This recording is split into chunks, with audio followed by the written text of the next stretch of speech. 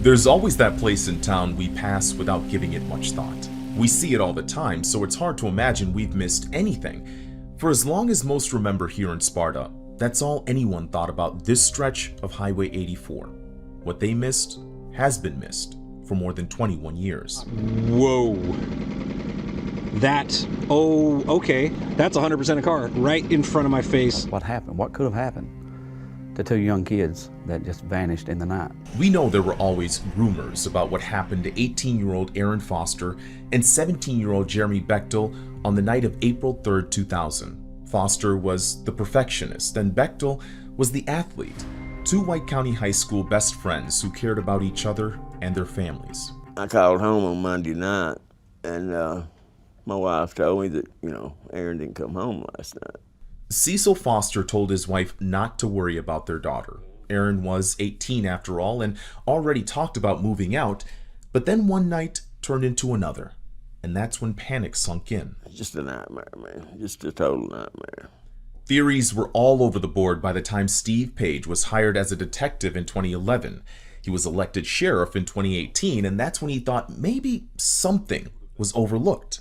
We had what we thought were leads in other areas that we explored, and I was like, this just don't make sense. At some point, you decided to start over, look at all the documents again.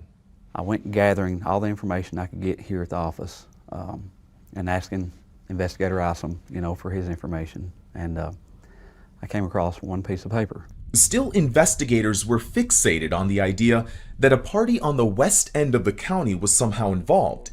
In a way, they were right, but a newly uncovered missing persons report, likely piled on by years of tips, theories, and suspects, it would have been the very first document to the case, gave deputies every reason to rethink this entire investigation. She had picked up her younger brother and asked her mother if she could stay out a little while later than normal.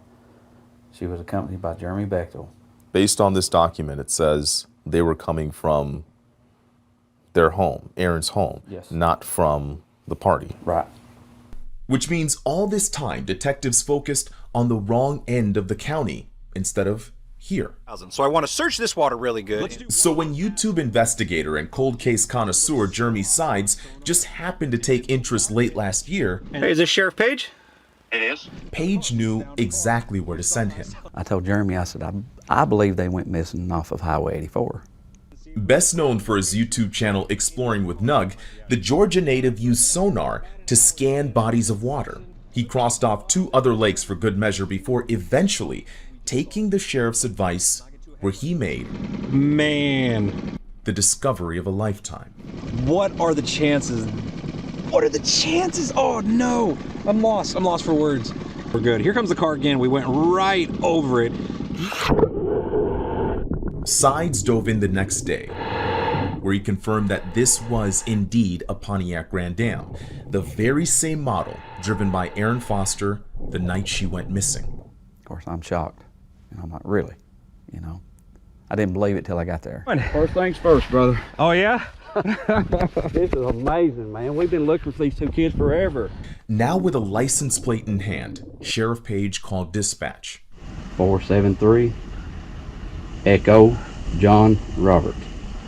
Is that the Fosters? Okay, we found the car. I'm hugging Jeremy and thanking him, Hey, you just became White County's hero, trust me.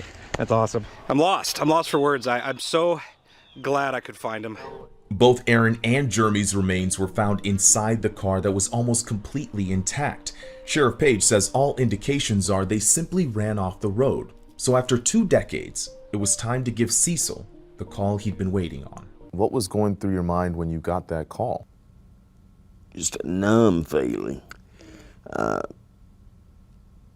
I don't think in my mind that I actually believed it. I've cried with the family, because you can feel their pain, because after not knowing something for 21 years, and then all of a sudden it comes to they've been right here the whole time. Cecil says he's grateful to the sheriff and all those involved in the recovery, but wonders why it took so long to bring his daughter home. Has it ever made you angry? Oh yeah. I guess I stayed angry for you know, a lot of years. What do you say to those folks who say those guys dropped the ball? We're all human. We all make mistakes. Best we can do is learn from those mistakes and just keep moving forward. Sheriff Page has asked deputies to revisit past cases with a new perspective.